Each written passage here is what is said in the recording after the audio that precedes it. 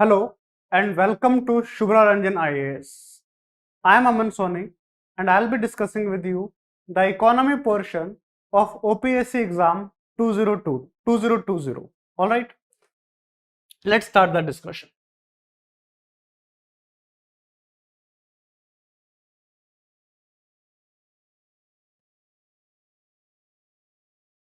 Alright, first question. First question is Sagarmala project. Sagarmala project is under which Ministry of Government of India? Look, Sagarmala project, it was brought in the year 2005. Sorry, 2015, my mistake. It was brought in the year 2015 for port-led development of India.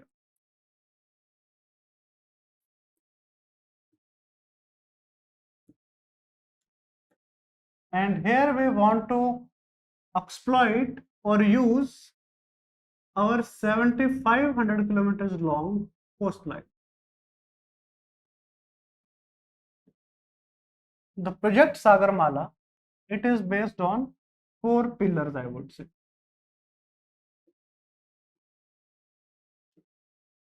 First is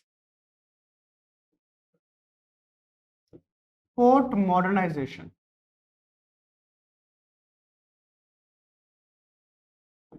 So what is port modernization?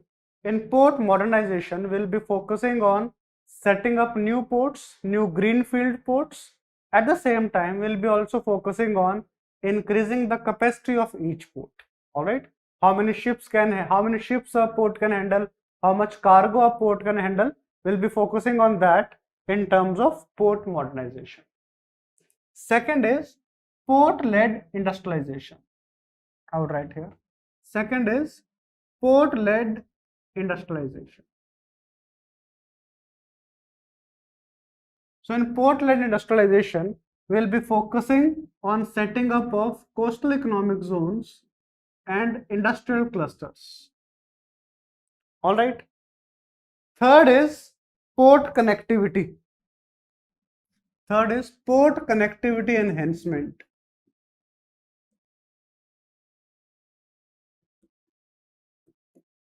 Port connectivity enhancement. If we have to reduce the turnaround time of our ships, then we need to increase the connectivity of ports through multiple ways. A port should be connected to the hinterland not only through roads, it should be connected through railways, through coastal shipways, and through inland waterways also. So we need to focus on multimodal connectivity, hence port connectivity enhancement. And the last is coastal community development.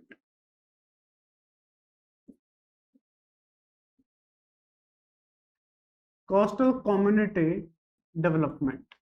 That is the local population of the whole area.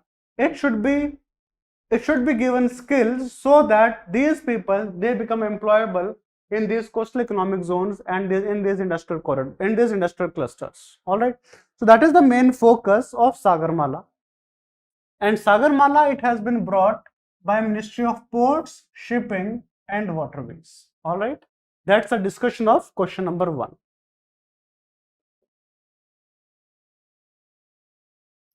Let's continue with the further questions. Yeah.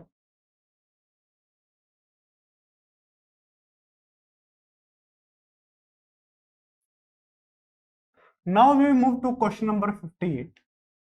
So question number 58 is, for each country, global hunger index values are determined by which of the following indicators? Look, global hunger index, GHI, as it is used most of the times, GHI, it actually tracks the performance of countries in terms of nutrition and hunger. That how countries are performing in terms of nutrition and hunger. This report, Global Hunger Index, it has been brought since 2006 by Concern Worldwide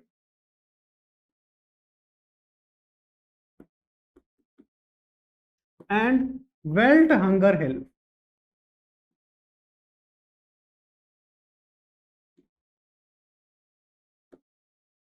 In the year 2020, our rank was 94.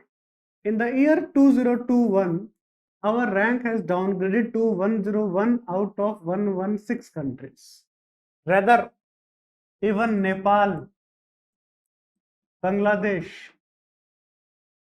Pakistan, these countries were above India in case of global hunger index.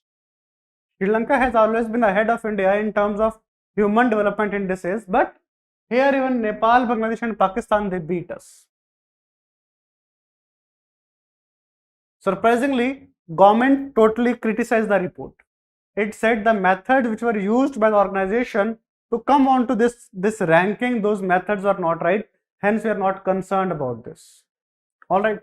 Now, this global hunger index, it uses all these four indicators to arrive at the index.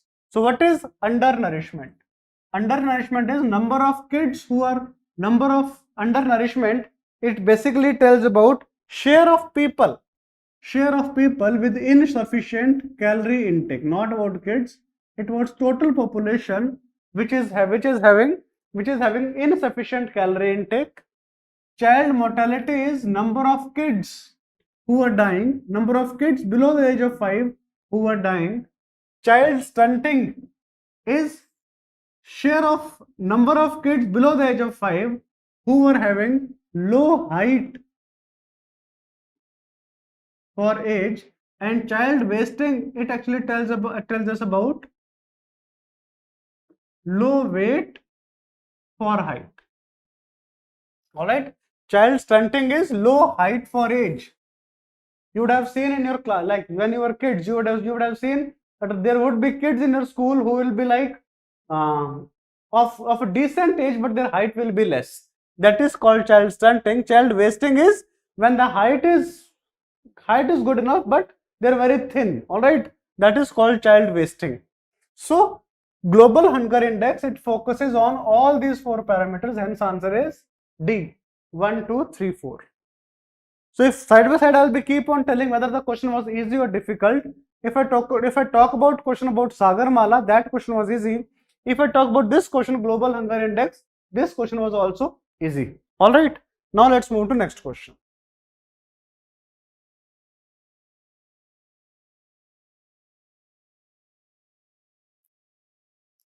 Now, next question is the reserve held by commercial banks over and above the statutory minimum with the RBI is called what? Look,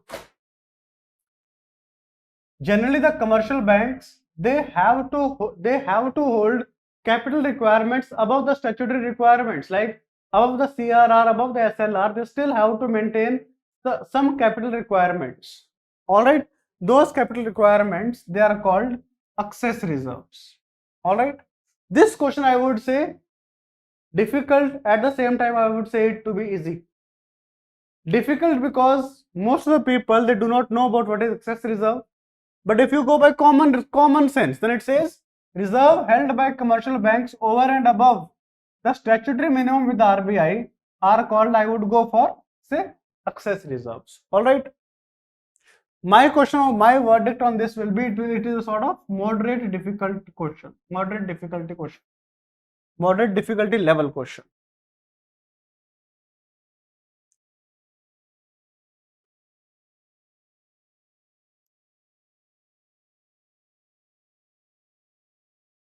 Next question, question number 60th. Which of the following promoted the concept of self-help groups for financing the poor? Look, what is a self-help group? Self-help group is an informal association of people. It is an informal association of people who come together to improve their income, to improve their standard of living by bringing the concept of co-lending, at the same time registering their group and getting finance from a bank. All right, that is how self-help groups function. Now, the concept of self-help group came in India through Seva. Self-Employed Women's Association 1970. It actually brought the concept of self-help group in India. But if I talk about an organization which has had a huge role to play in the setting up of self-help groups, then that organization is NABARD. Because NABARD in the year 1992, it brought a program called Self-Help Group Bank Linkage Program.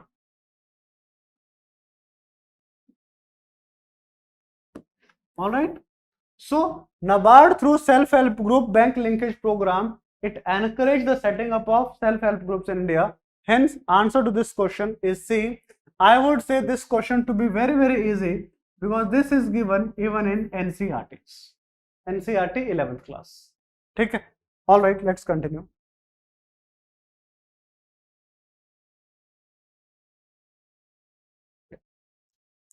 Question number 61st. Which of the following is not a financial inclusion scheme? Look, if I talk about financial inclusion,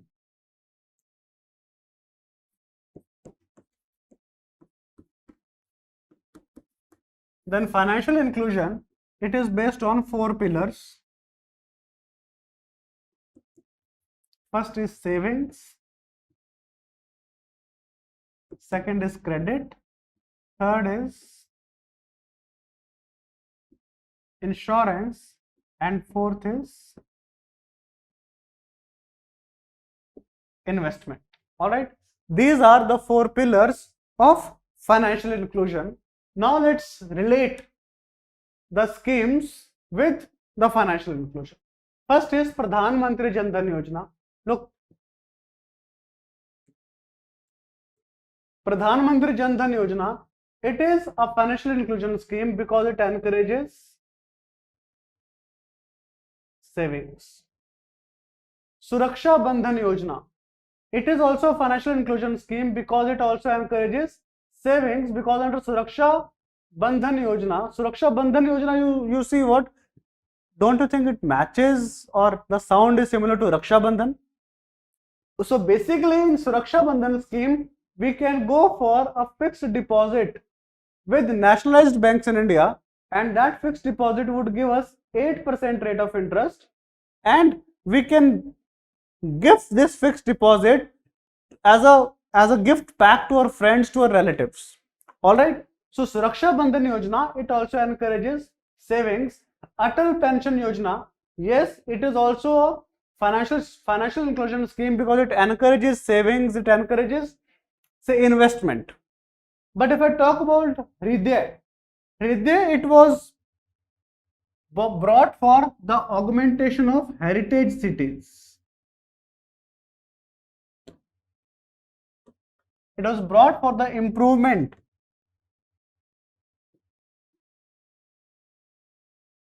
economic growth, urban planning. All right. Hridaya scheme, it focused on urban planning and economic growth of heritage cities. All right. So basically it is Heritage City Development and Augmentation Yojana. All right. Heritage City Development and Augmentation Yojana. Examples of like schemes, cities covered under Hridaya are, say, Ajmer, Amritsar, Gaya, Varanasi. So Hridaya scheme was brought for the urban improvement of these cities. Hence, Hridaya is not a financial inclusion scheme. All right, answer is D.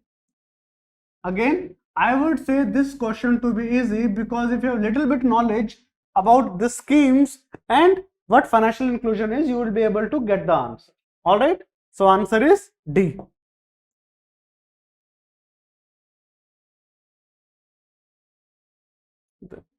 Again a very straightforward question. Question is, Shishu, Kishore and Tarun are the schemes of. Look, government brought Mudra scheme. Basically, government brought Pradhan Mantri Mudra Yojana. That was Pradhan Mantri Mudra Yojana. Basically, wanted to cover those households which were non-corporate, non-farm, and we wanted to provide them collateral-free credit. That is the main word over here. Collateral-free credit. Collateral-free credit up to 10 lakhs. All right. So that's the main objective of Pradhan Mantri Mudra Yojana, to provide collateral-free credit up to 10 lakh rupees to non-corporate and non-farm households. Now, to provide that collateral, government set up Mudra organization, which is micro units development, and it is a refinance agency, not reference agency, refinance agency. Basically, Mudra would give loan to banks, microfinance institutions, and NBFCs, who would then give loan to ultimate beneficiaries. Now, the loan which is given to ultimate beneficiary, it is of three types: Shishu, Kishore, and Tarun. Shishu is loan up to 50,000 rupees. Kishore is from 50,000 rupees to 5 lakh rupees, and Tarun loan is between 5 lakh to 10 lakh. Alright, so that is what the scheme is. Alright, Shishu, Kishore, Tarun. Basically, there are three types of loans which are given under Pradhan Mantri Mudra Yojana. I hope you have understood. Answer is Micro Units Development and Refinance Agency. Answer is B. Alright.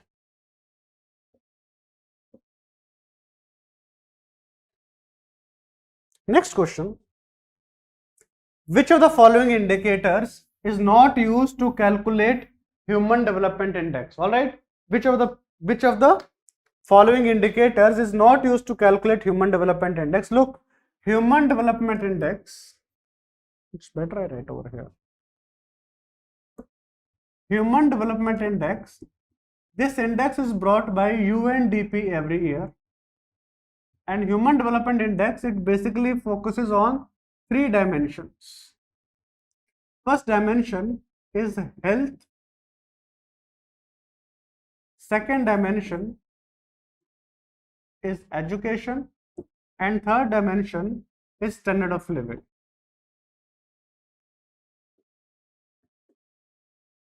Take. Now, how do we measure health?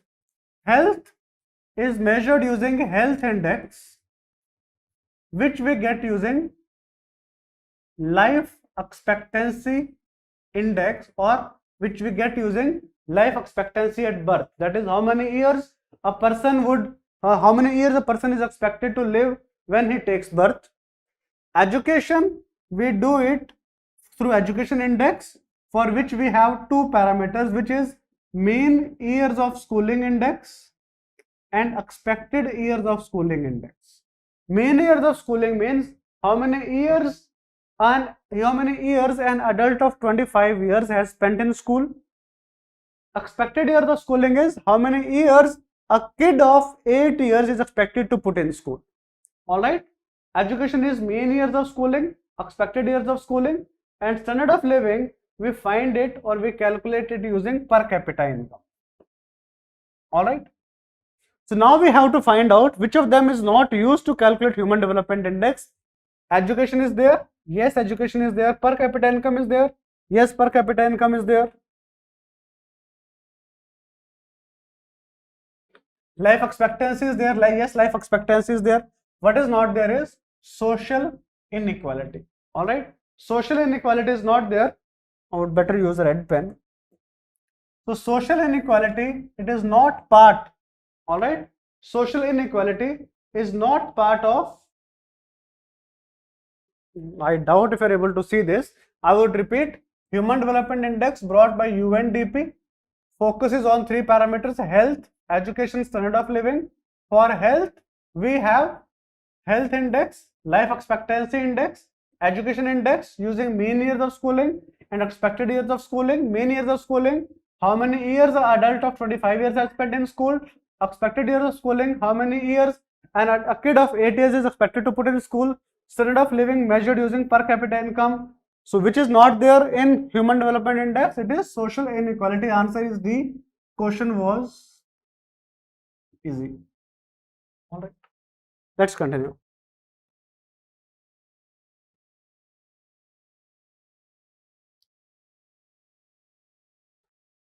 Yeah. So which of the following 64th question, which of the following committees recommended a poverty line based on nutritional requirement exclusively? Look, to calculate, how do we calculate poverty in India? In India's case, poverty is calculated by expert committees which are set up by a planning commission from time to time. Like you would have heard about these names. Lakadawala committee set up in 1993. Then the Ulkar committee set up in 2006. Rangarajan committee set up in 2014. Alag committee set up in 1979. Alright. So it was Alag committee which brought the concept of caloric requirement, minimum caloric requirement. Alright. Alag committee brought the concept of average calorie requirement of, say, calorie requirement for people in urban areas and rural areas, and hence we got separate poverty line basket for people in urban areas and people in rural areas. For urban areas, calorie requirement was considered to be 2100 calories per day, and for rural it was 2400 calories per day. Alright. So the concept of nutritional requirement, that how much of nutrition is required, that was first recommended by Alag committee. If someone had gone to the concept of poverty line, the recommendations of all poverty lines in India, recommendations of all expert committees on poverty line in India, then that person, that student would be able to answer this question. I would say this question was of moderate level difficulty. All right. Next question.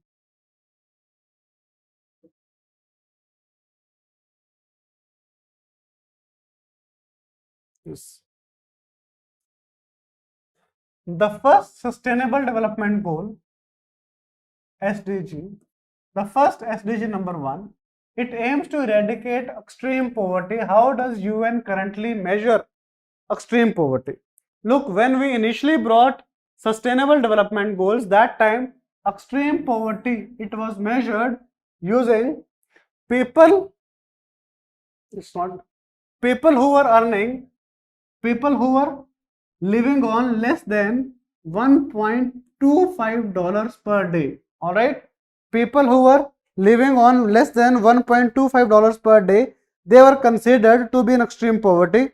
But in the year 2015, this $1.25 was brought to less than $1.9. So do we have anything over here? It's probably a misprint. It should be. There's nothing over here. People who are unemployed and unable to access welfare benefits, no. People who live on less than $5, no. People who claim to be living in poverty, no. I would think it is probably a mistake. It should be here $1.25 per day. I would attempt this part. I would attempt D over here because I would take it to be a spelling mistake. All right. But anyways, for your knowledge, you can say that extreme poverty, people who led life below $1.25, later on it was increased to less than $1.9 per day.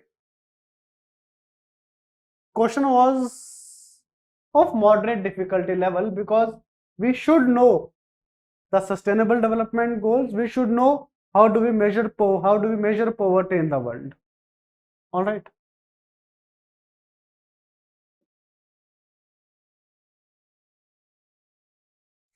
Which is the highest allocation in the ministry in budget in 21-22? The answer is Ministry of Defense, which got an allocation of around 4.5 lakh crore rupees. Yes, it got an allocation of around 4.5 lakh crore rupees. So you would think 4.5 lakh crore, huge amount. Probably we are giving for like defense modernization, but a lot of this 4.5 lakh crore rupees, it goes in salaries and pensions of defense employees. So lot of defense expenditure is non-development expenditure. All right. But anyways, This question was of high difficulty level because most of us would be attempting Ministry of Railways. Alright, but the answer is Ministry of Defense. Alright.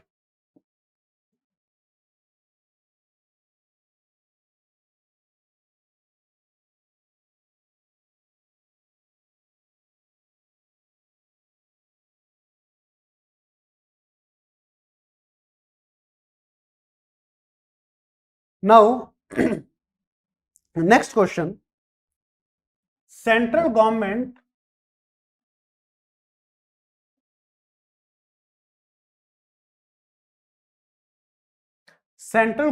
has unveiled a new series of CPI IW with base year what? Look, earlier base year for CPI IW was 2001. All right.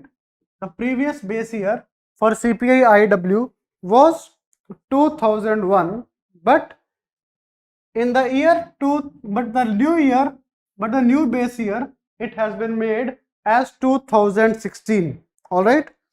And this is brought by Ministry of Labor and Employment. Ministry of Labor and Employment, and it brings CPI IW, and in Ministry of Labor and Employment, this is compiled by Labor Bureau. CPI IW is compiled by Labor Bureau.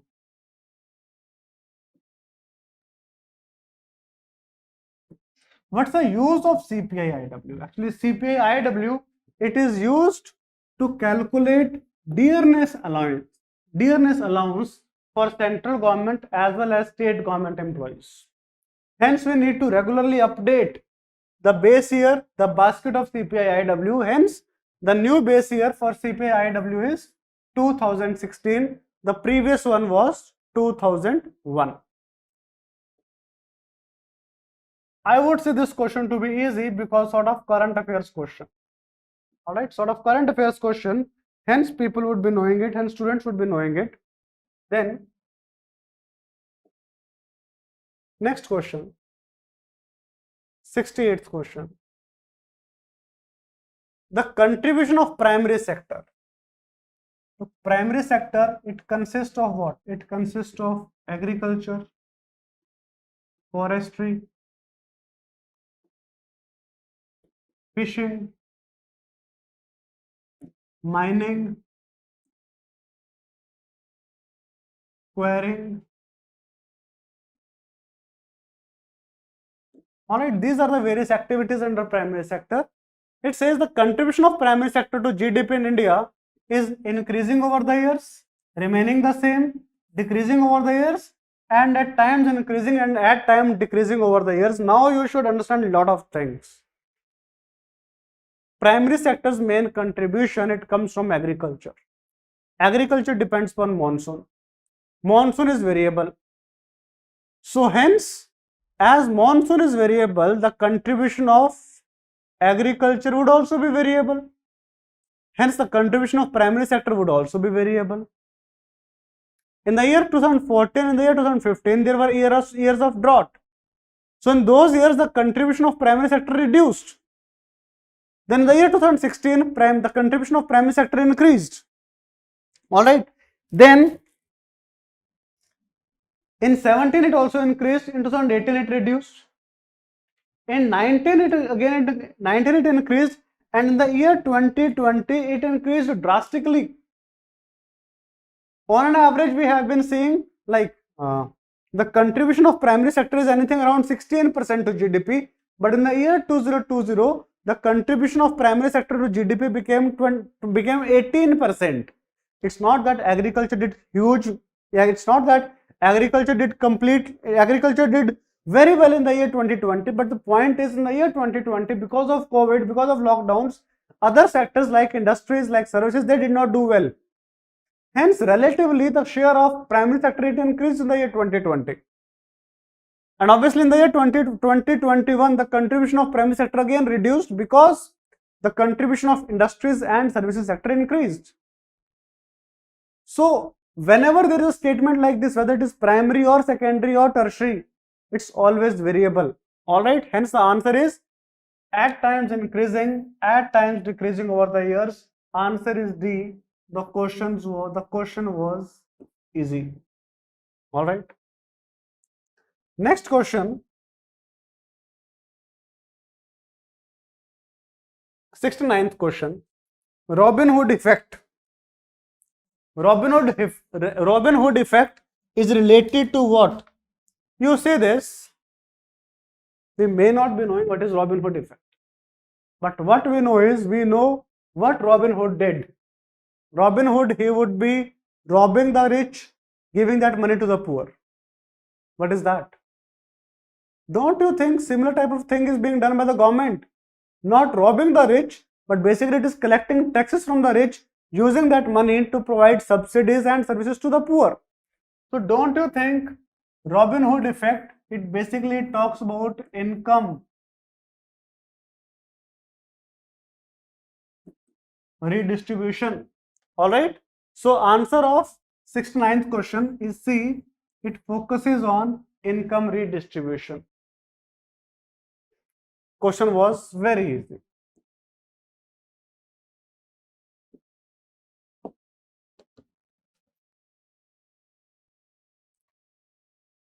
Next question is, out of 4 concepts of money supply used in India, M1, M2, M3, M4, the post office savings are included in. Look, if I talk about M2, M2 is M1 plus post office savings.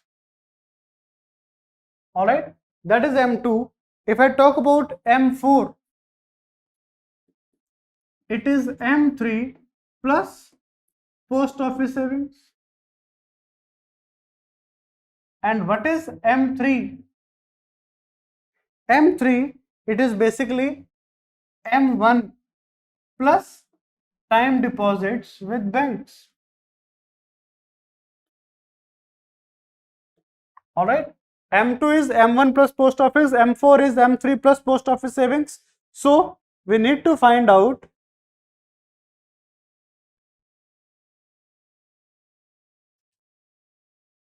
that out of 4 concepts of money supply, which is used or which gets post office savings, answer is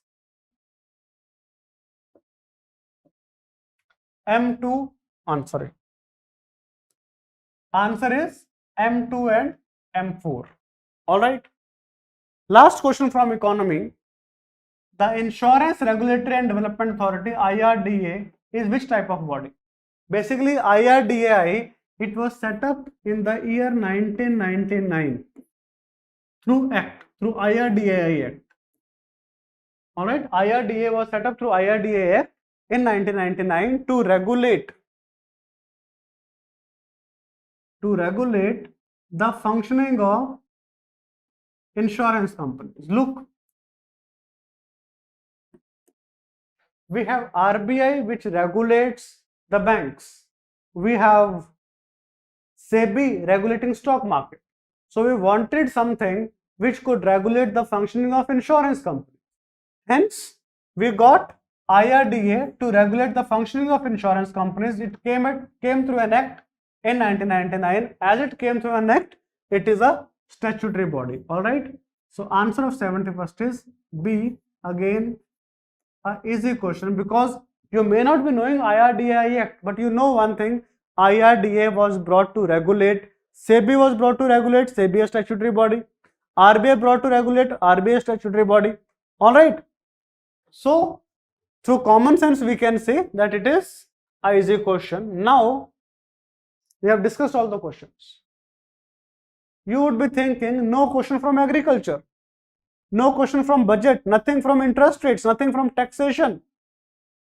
All questions were sort of from human development, human capital, human development, financial inclusion, CPI, primary sector. Basically, basic type of questions were asked in the OPSC exams. So if the same trend continues, then if you're thorough with your basics, little bit of here and there knowledge through newspapers, through NCERTs, I don't think you're going to have any difficulty in attempting economy portions of OPSC exam. That's it from my side. We'll meet you soon. Thank you. Bye bye. Take care.